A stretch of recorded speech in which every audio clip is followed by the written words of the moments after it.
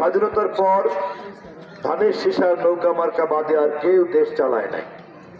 দেশ চালানোর অভিজ্ঞতা আর কারো নাই, কিন্তু নৌকা মার্কা সেই অভিজ্ঞতার থেকে ব্যর্থ হয়ে দেশ থেকে বিদায় নিয়েছে। মার্কা আজকে ব্যালট পেপারে নাই।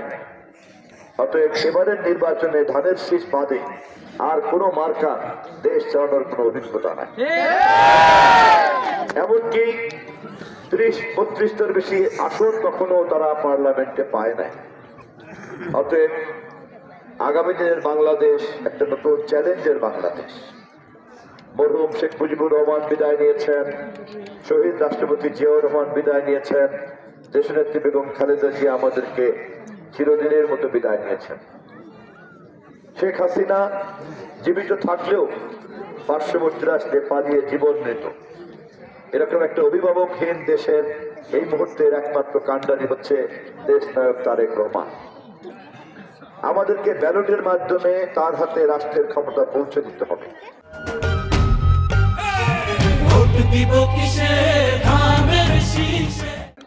যদি তার হাতে রাষ্ট্রের ক্ষমতা না যায় তাহলে দেশে নৈরাজ্য হবে। এই নৈরাজ্যের মধ্যে আমরা দেশকে ছেড়ে দিতে পারি না।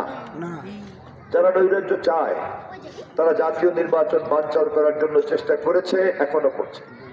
শেষ পর্যন্ত তারা যখন বিএনপির হাতে রাষ্ট্রের যাওয়াটা ঠেকাতে পারছে না, তখন তারা বিএনপির মধ্যে আভ্যন্তরীণ দ্বন্দ্ব তৈরি করতে চায়। সারা দেশে টাকা বিনিয়োগ করে স্বতন্ত্র প্রার্থী নির্বাচনের ময়দানে স্বতন্ত্র প্রার্থী দাঁড় করানোর জন্য তারা বাজেট নিয়োগ করেছে। আমাদের এই এলাকাতেও সেই তৎপরতা কম বেশি ছিল এবং আছে। আমাদেরকে সজাগ থাকতে হবে, সতর্ক থাকতে হবে। আওয়ামী লীগ এই এলাকায় আছে কিনা আমি জানি না। যদি থেকে থাকে, শেখ হাসিনা আওয়ামী লীগের সমস্ত অপরাধ ঘাড়ে নিয়ে পালিয়ে গিয়েছে। যারা এখন আওয়ামী লীগের আছে তারা সবাই নিরীহ আওয়ামী লীগ আছে।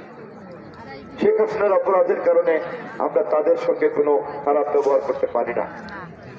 তারা যদি ধানের শীষে ভোট দিতে চায়, তাদেরকে ধানের শীষের মিছিলে আপনারা যুক্ত করে নেবেন। আমরা দেশে একটা জাতীয় ঐক্য তৈরি করতে চাই।